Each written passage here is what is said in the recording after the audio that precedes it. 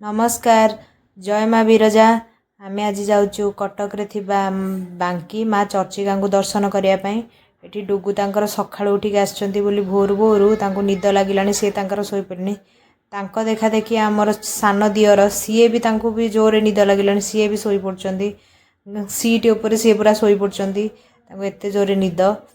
एबे आमे रास्ता रे आसी पहुँची गलु जे नेताजी को जन्मस्थान पड़ जाइथिला तो आमे सेठी भाबिलु टिके बुली आसीबा भितर को आमे गलु देखिलु सेठी बहुत सुंदर हेची गोटे छोट पार्क टे अछि से पार्क रे किछि समय बुलाबुली कलु एवं भितर को एंट्री कलु भितर को एंट्री कला परे आपण देखि पारे बहुत भल हेची जगाटा नेताजी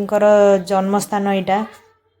तांकर किछि पुराना जिनिस पुराना फोटो जेमिति कि तांको पोशाक